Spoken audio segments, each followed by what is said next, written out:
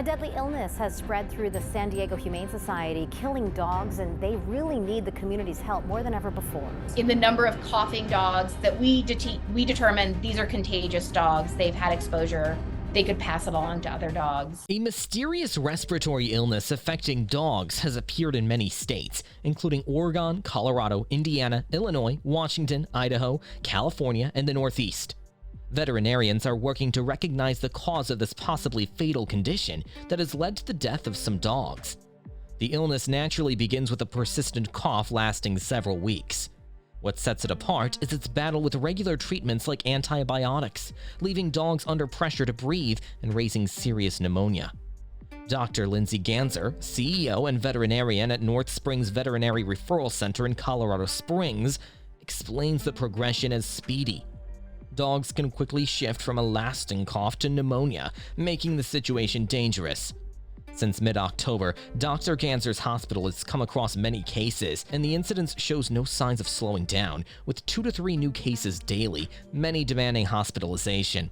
Unfortunately, 4 to 5 dogs at the center have died of the illness, often arriving already with respiratory virus with pneumonia. It is important to understand and address this mysterious respiratory illness that is dominant in the veterinary community.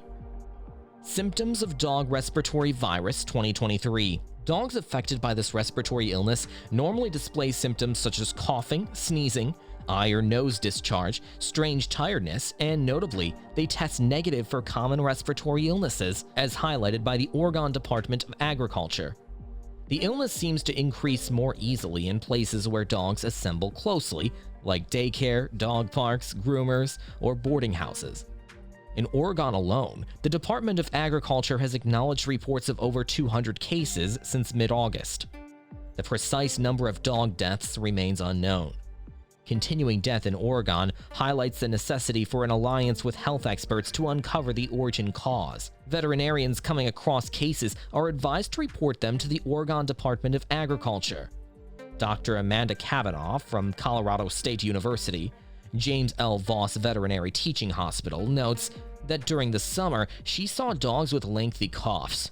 The reports that has continued into the fall, with her caseload doubling in the past month. Typically, cases of contagious coughs decrease in the fall, but this year has seen a constant and unusual spike, defying the usual seasonal decline. Transmission and prevention of virus 2023. Dr. Amanda Kavanaugh explains a rare situation this year as cases of transmittable coughs in dogs, which usually decrease in the fall, have continued high. The insistently higher numbers defy the usual decline related to dropping temperatures and reduced dog gatherings at parks. Recognizing cases linked to this mystery illness poses a noteworthy challenge.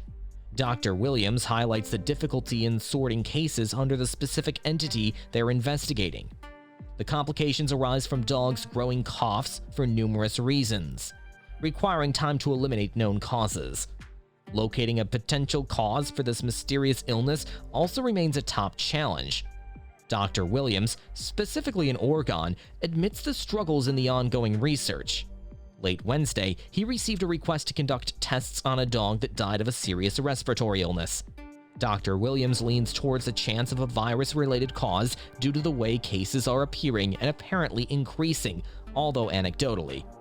However, he highlights the significance of researchers keeping an open mind, seeing other potential causes in their search for understanding and addressing this respiratory illness. Treatment for dog respiratory virus 2023. Veterinarian Dr. Lindsey Ganzer's top advice is to keep dogs away from places where they might meet other dogs. Still, she highlights not postponing required veterinary care.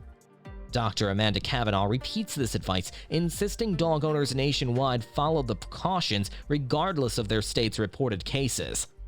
As the holiday season approaches, avoiding situations where dogs socialize becomes vital, though it might pose a challenge for families who depend on boarding kennels during travel. Dr. Ganzer clearly advises against boarding dogs during the holidays if possible, expressing concern about the potential effect on respiratory illness across the country. While acknowledging obvious circumstances, she advises caution, recommending alternatives like having someone come to your home to care for your dog.